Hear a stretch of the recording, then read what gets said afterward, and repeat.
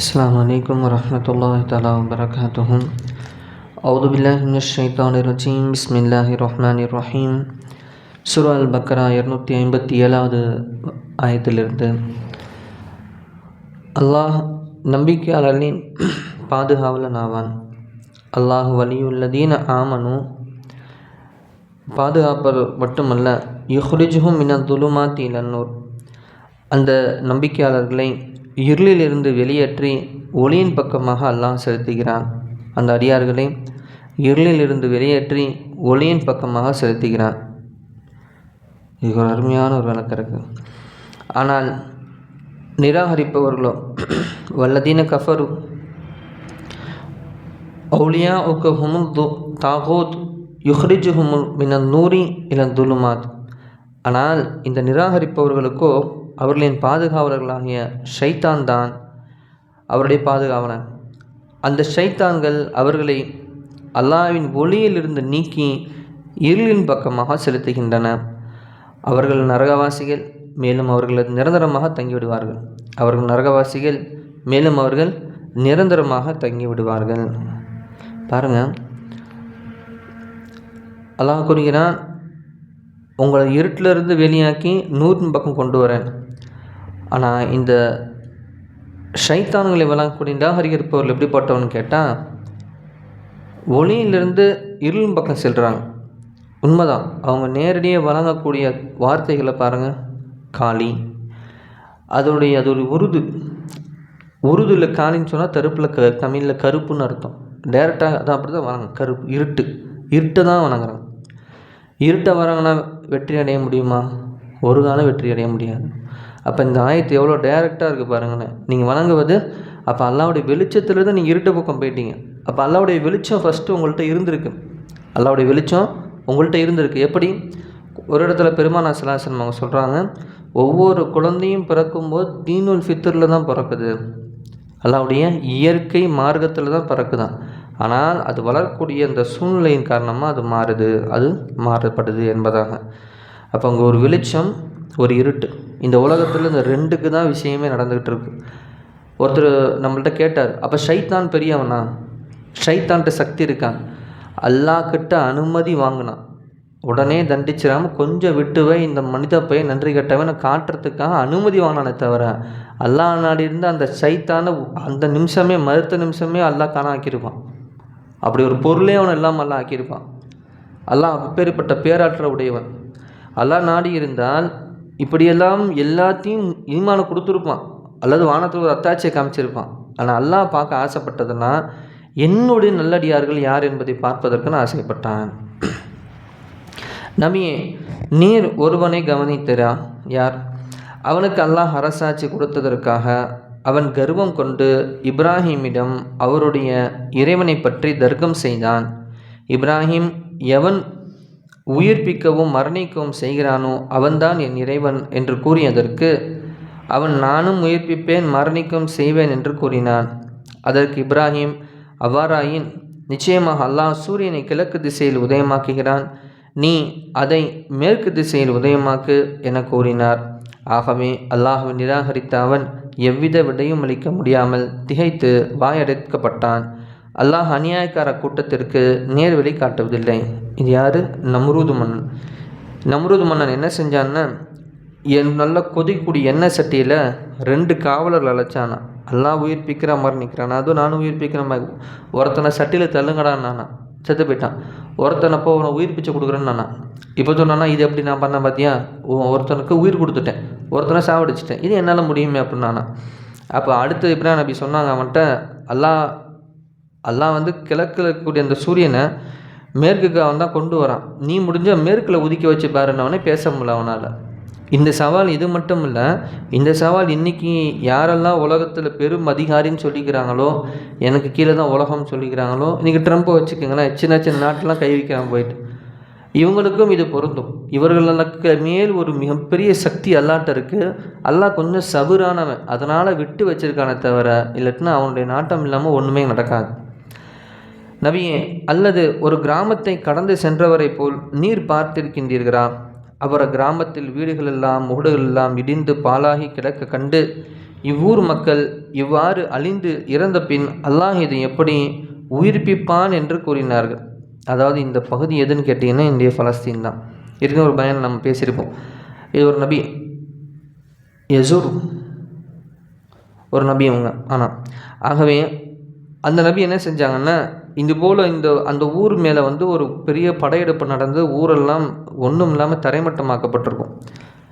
ஆகவே அவருடைய சந்தேகத்தை நிவர்த்தி செய்வதற்காக அல்லாஹ் அவரை 100 ஆண்டுகள் வரை மரணிக்க செய்து பின்னர் அவரை உயிர்ப்பித்து அவரை நோக்கி நிலையில் நீர் எவ்வளவு காலம் இருந்தீர் என்று கேட்க, ஒரு நாள் அல்லது ஒரு நாளின் சிறிது நேரம் பாகம் இருந்தேன் என்று கூறினார். அதாவது தூக்கத்தில். அதற்கு அல்லாஹ் கூறினான், அல்ல, நீர் 100 ஆண்டுகள் இந்நிலையில் இருந்தீர்.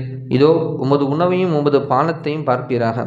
அல்லாஹ் தன்னுடைய அத்தாட்சியை வெளிப்படுத்துகிறான் பாருங்கள்.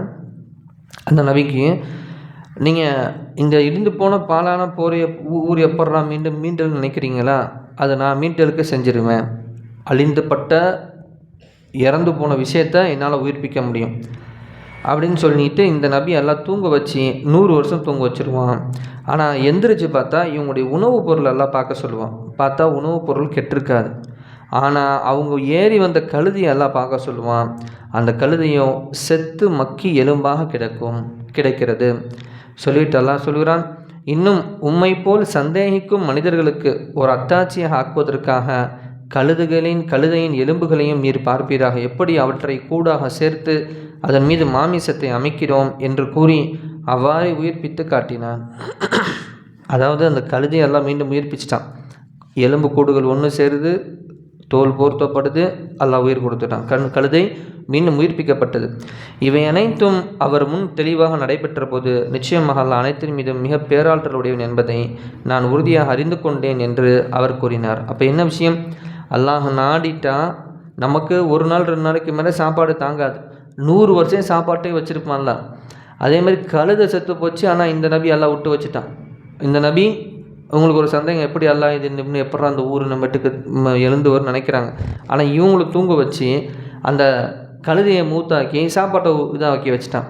எத்தனை நபியை எந்திரிச்சு எவ்வளோ நாள் தூங்குனீங்கன்னு கேட்டால், நான் ஒரு அரை பொழுது தூங்கியிருப்பேன் அப்படின்னு தான் நபி சொல்கிறாங்க. இல்லை 100 வருஷம். இதெல்லாம் மிகப்பெரிய அத்தாட்சி. இதெல்லாம் எப்படி என்னால் செய்ய முடிஞ்சிச்சோ இது போன்று தான் இறந்தவர்களை மீண்டும் உயிர்ப்பிக்கவும் நான் நாடு கெட்டு போகக்கூடிய பொருளை நான் உங்களுக்கு 100 வருஷம் கூட வச்சிருந்து உங்கள்கிட்ட கொடுக்க முடியும் என்பதை அல்லாஹ் அந்த நபிக்கு பேசினான். இப்ராஹிம் இறைவனை நோக்கி, என் இறைவா, இறந்தவர்களை நீ எப்படி உயிர்ப்பிக்கிறாய், அதை நீ எனக்கு காண்பி என்று கூறிய போது பாருங்கள், இதே மாதிரி இப்ராஹிம் நபி கேட்டாங்க. மனுஷன்ட்டு அந்த கேள்வி இருக்குன்னு தானே, நமக்கு என்னெல்லாம் கேள்வி வருமோ அதெல்லாம் நபிமார்கள் கேட்டுட்டாங்க. அப்போ அல்லாஹ் இப்ராஹிம் நபியை பற்றி என்ன கேட்பான் பாருங்களேன். அவன் இதை நம்பவில்லையா என்று கேட்டான். அதற்கு அவர், நான் நம்பியே இருக்கிறேன். அதாவது இப்ராஹிம் நபியை பற்றி அல்லாஹ் கேட்பான். காலாவலம் மீன், என்ன நீங்கள் நம்பலையா, நான் இப்படி உயிர்ப்பிப்பேங்கிறத நம்பலையா, நீங்கள் முஃமின் என்ன ஆகலையா என்பதாக அல்லாஹ் கேட்டுருவான். அவன் இதை நம்பவில்லையா என்று கேட்டான். அதற்கு அவர், நான் நம்பியே இருக்கிறேன் யா அல்லாஹ், இருந்தினும் அதை என் கண்ணால் கண்டு என் உள்ளம் திருப்தி அடைவதற்காக அதை காண்பி என கூறினார். அதற்கு அவன், 4 பறவைகளை பிடித்து நீர் அவற்றை பழக்கி பின்னர் அவற்றை துண்டு துண்டாக ஆக்கி அவற்றில் ஒவ்வொரு பாகத்தையும் ஒவ்வொரு மலையின் மீது வைத்துவிட்டு நடுவில் இருந்து கொண்டு அவற்றை நீர் கூப்பிடுவீராக, அவை உம்மிடம் பறந்து வந்து சேரும் என கூறி அவ்வாறு செய்து காண்பித்து, நிச்சயமாக அல்லாஹ் மிகைத்தவன் மிக்க நுண்ணறைவுடன் என்பதையும் நீர் உறுதியாக அறிந்து கொள்வீராக என்றான். இதையும் செஞ்சு காமிச்சாங்க. 4 வளர்த்து அறுத்து 4 கரடு மாதிரி அந்த மலையில் வச்சுட்டு நடுவில்னு கூப்பிட்டாங்க. பறவையாக இறைச்சிகள்லாம் ஒன்று சேர்ந்து அதனுடைய இறக்கைகள் ஒன்று சேர்ந்து இவங்கள்ட்ட ஒடியாந்துச்சு. சொன்னாலாம் இதே மாதிரி மறுமையில் நான் உயிர்ப்பிப்பேன் என்பதாக கூறினான். நபியே, அல்லாஹ்வுடைய பாதையில் தங்கள் பொருள்களை செலவு செய்கிறவர்களுடைய பொருள்களின் உதாரணம் ஒரு வித்தின் உதாரணத்தை ஒத்திருக்கிறது. பாருங்கள், இது நம்ம சப்ஜெக்ட் வந்துருச்சு. அல்லாஹ்வுடைய பாதை என்று சொன்னால் போர் மட்டுமல்ல, பள்ளி சம்மந்தப்பட்ட சப்ஜெக்டு, தீனூர் சம்மந்தப்பட்ட சப்ஜெக்ட். அதனால் ஒரு பைசா என்னது இந்த உலகத்தில் லாபம் இருக்காது. எல்லாம் மறுமைக்காக மன தூய்மையோடு செய்யக்கூடிய வேலைகள். அல்லாஹ் சொல்கிறான் பாருங்கள், அல்லாஹ்வுடைய பாதையில் தங்கள் பொருள்களை செலவு செய்கிறவர்களுடைய பொருள்களின் உதாரணம் ஒரு வித்தின் உதாரணத்தை போன்றது. அதாவது ஒரு விதையின் உதாரணத்தை போன்றது. அந்த விதை 7 கதிர்களை தந்தது. ஒவ்வொரு கதிலும் 100 வித்துக்கள். ஆக 700 வித்துக்கள் அந்த ஒரு வித்திலிருந்து உற்பத்தியாயின. அல்லாஹ் தான் விரும்பியவர்களுக்கு இதை மேலும் இரட்டிப்பாக்குகிறான். ஏனென்றால் அல்லாஹ் வழங்குவதில் மிக விசாலமானவன், நன்கறிந்தவன். அல்லாஹ். அப்போ இந்த கருத்துப்படி என்ன வருது? ஒரு வித்திலிருந்து 700 கடைசி அந்த கதிர் வெளியாகுது. 200 வித்துக்கள், ஒரு வித்திலிருந்து 700 வித்துக்கள். அல்லாஹ் நாய்க்கெல்லாம் இரட்டிப்பாக்கிறோம். அப்போ 1400 வித்துக்கள். அப்போ ஒரு நன்மைக்கு பகரமாக 700லேருந்து 1400 வரை அல்லாஹ் கொடுப்பதற்கு அடியார்களுக்கு காத்து கொண்டிருக்கிறான். எதனால்? அந்த ஈமானுங்கிற ஒரு வெயிட்டுனால. எவர்கள் தங்கள் பொருள்களை அல்லாஹ்வுடைய பாதையில் செலவு செய்து அப்பொருளை வாங்கியவனுக்கு தாங்கள் அதை கொடுத்ததற்காக இகழ்ச்சியையும் துன்பத்தையும் அதனோடு சேர்க்கவில்லையோ அவர்களுக்குரிய கூலி அவர்களின் இறைவனிடம் அவர்களுக்கு உண்டு. மேலும் அவர்களுக்கு ஒரு பயமும் இல்லை, அவர்கள் துக்கப்படவும் மாட்டார்கள். தர்மம் செய்து அதை வாங்கியவனுக்கு துன்பம் தொடரும்படியாக செய்யும் தர்மத்தை விட அன்புடன் கூறும் இன்சொல்லும் மன்னிப்பும் மிக மேலாகும். அல்லாஹ் எத்தகைய தேவையமற்றவன், மிக்க பொறுமையாளன் ஆவான். பரவாயில்ல, மிக உயர்ந்த ஒரு கருத்து. அதான் என்ன சொல்ல பாருங்க, ஒரு தர்மம் செஞ்சுட்டு அந்த தர்மத்தையே சொல்லி காட்டிக்கிட்டே அப்படியே அவனை கஷ்டப்படுத்திக்கிட்டு நான் கொடுக்கலன்னா நீ அவ்வளோதான், இப்படி இந்த மாதிரி நீ தர்மமே பண்ண தேவையில்லைன்னு நல்லா சொல்கிறோம்.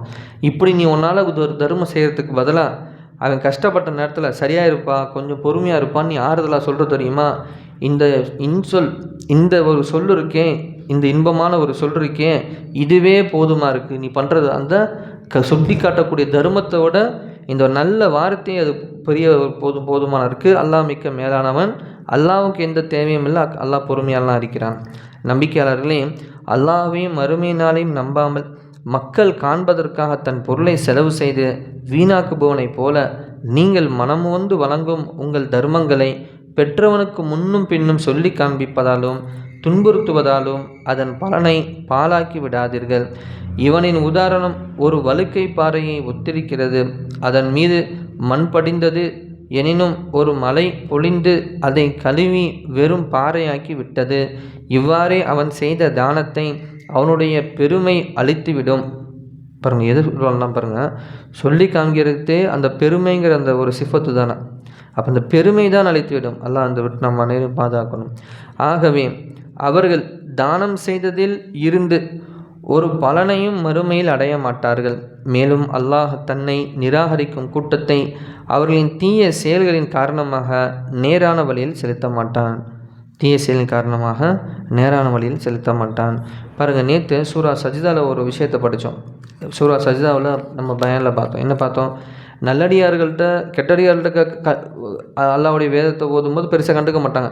ஆனால் நல்லடியார்கள்ட்ட கொண்டு போய் ஓதுனோம்னா ஹர்ரு சுஜ்ஜதன், அப்படியே ரொம்ப அடிப்பணிந்து அவங்க அந்த வார்த்தையை கேட்டு சஜிதாவில் விழுந்துருவாங்களாம். இது முன்னாலுமே ரப்புடைய வார்த்தை தான் சொல்லிவிட்டு அல்லாஹ் 2 விஷயத்தை அவங்கள்ட்ட சொல்கிறோம். இவங்க எப்படி இருப்பாங்க? பெருமையே அடைய மாட்டார்கள், பெருமை அடிக்க மாட்டார்கள், என் நல்லடியார்கள் என்பதாக அல்லாஹ் கூறி முடிக்கிறான். அல்லாஹ் இந்த 2 பக்கங்களில் அடியார்களுக்கு எந்த உபதேசத்தை எல்லாம் பாருங்கள், நிறையா படிச்சிட்டோம். அப்படியே ஒரு நம்ம ஒன்றொன்னா எடுத்தோம்னா இதில் ஒரு 100 கருத்து எடுத்துடலாம். 100 கருத்து நம்ம வாழ்வியலுக்கு தேவையான ஒரு 100 கருத்து இதை எடுத்துடலாம். அல்லாஹ் எந்த நலனுக்காக அடியார்களாகிய நமக்கு இந்த விஷயத்தை படிக்க வைத்தானோ, கேட்க வைத்தானோ, அதில் உள்ள நலவுகளை எல்லாம் பேணி நடக்கக்கூடிய அல்லாஹ்விற்குரிய திருப்தி பெற்ற நல்லடியார்களாக வாழக்கூடிய பாக்கியத்தை வல்ல அல்லாஹ் நாம் தந்தல் முடிவானாக. சுப்ஹான் அல்லாஹி பிஹம்திஹி சுப்ஹானக அல்லாஹும்ம பிஹம்திக அஷ்ஹது அல்லா இலாஹா இல்லா அன்த அஸ்தக்ஃபிருக வ அத்தூபு இலைஹ். ஆமீன். ஹைரி. சுப்ஹான ரப்பிக ரப்பில் இஸ்ஸத்தி அம்மா யசிஃபூன் வ ஸலாமுன் அலல் முர்ஸலீன் வல்ஹம்துலில்லாஹி ரப்பில் ஆலமீன். ஸல்லல்லாஹு அலா முஹம்மது ஸல்லல்லாஹு அலைஹி வஸல்லம். ஸல்லல்லாஹு அலா முஹம்மது ஸல்லல்லாஹு அலைஹி வஸல்லம். ஸல்லல்லாஹு அலா முஹம்மது யா ரப்பி ஸல்லி அலைஹி வஸல்லம். அஸ்ஸலாமு அலைக்கும் வரஹ்மத்துல்லாஹி தஆலா வபரகாத்துஹு.